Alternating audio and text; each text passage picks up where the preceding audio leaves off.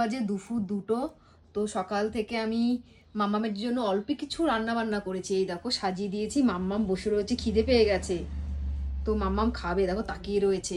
এখানে ভাত রয়েছে, আর ও যা যা ভালো খায় আমি কিন্তু তাই তাই রান্না করেছি, এক্সট্রা অন্য কিছু রান্না করিনি। ও সব থেকে বেশি ভালো খায় উচ্ছে ভাজা, এখানে রয়েছে কুমড়ো ভাজা, আলু ভাজা, বেগুন ভাজা, আর ভালো খায় শাক ভাজা। এই যে কটা জিনিস দিয়েছি সব কটা জিনিসই মাম্মাম ভালো খায়, তাই না পাপা?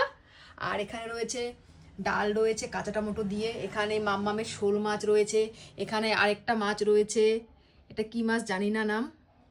আর এখানে চাটনি, দই, টক দইটা ভালো খায়, আর এখানে পায়েস, 5 রকমের মিষ্টি আর ফল।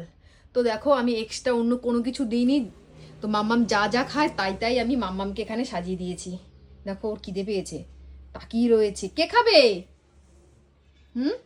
আর ওর দাদা না ঠাম্মি এখনো আসে না, ওর খিদে পেয়ে গেছে, দেখো শুয়ে পড়েছে, 2টোর বেশি বাজতে চললো, তাই না পাপা? খিদে পেয়ে গেছে? হুম, খিদে পেয়ে গেছে আমার, দাঁড়াও।